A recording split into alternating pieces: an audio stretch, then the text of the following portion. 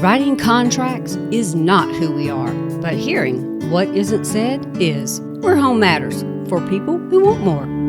Hey guys, I have got with me Tim Rupon and Scott Hendricks with me today, S&J Inspections. Let's talk about when a buyer or a homeowner with a pre-inspection get one of your inspections back and they panic. Not fun for anybody, especially them. But what are some of the things that you try and tell people? I mean, you have to put everything that you find. It is by law, by your licensing, that you have to put everything you find on that piece of paper. And unfortunately, it's a house. You've got a lot of space, even if it's a tiny home. There's a lot that can go wrong. So how do you try and help the homeowner understand, don't panic? Explanation. I think too many times, at the end of our inspections, one of the things we like to do is talk to the client. Now, if they can't be present, I always make sure to say, look, don't hesitate to call when you get this report and you have a question or a concern.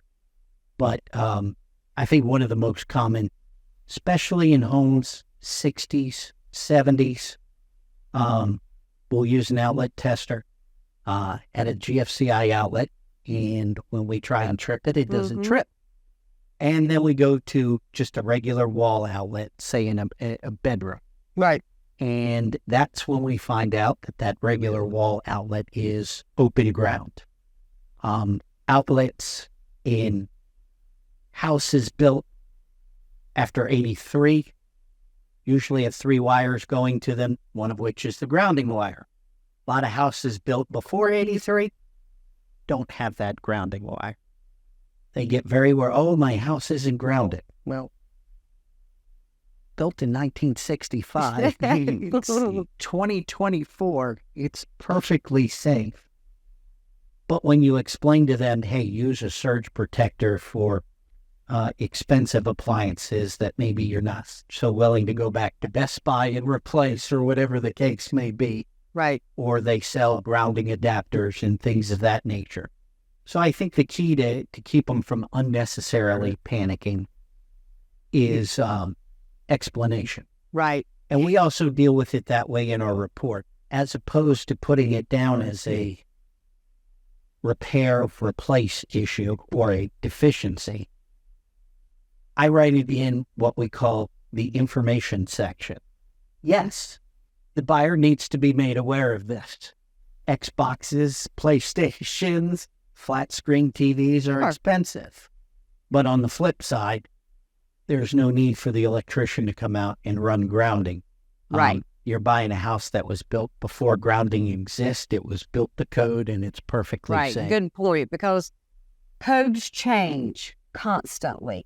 So what was in 6 months ago and was perfectly fine may not be what is code now. However, there is that grandfather clause that allows, as long as it's not dangerous, that allows that home to still pass an Absolutely. inspection. Because if we would all be changing everything every 6 months. That's right. And nobody can do that. So there is that. And another good point I think you made is there on your inspection reports, as most inspectors, there is what is absolutely necessary. It is dangerous. It has to be held due right now. And then there is, you just need to know. So that's going to be a really long list for a lot of them. But if people will stop and, the buyers and the homeowners will stop and not panic and allow you guys and their realtor to explain, right, see, this is has to be done.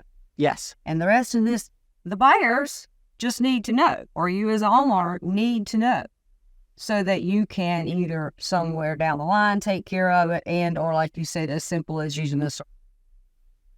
Right? Absolutely. Sure. Yeah, I think so too. I think that explains like with don't panic thing perfectly. Thank y'all. Thank you very much. Thank you.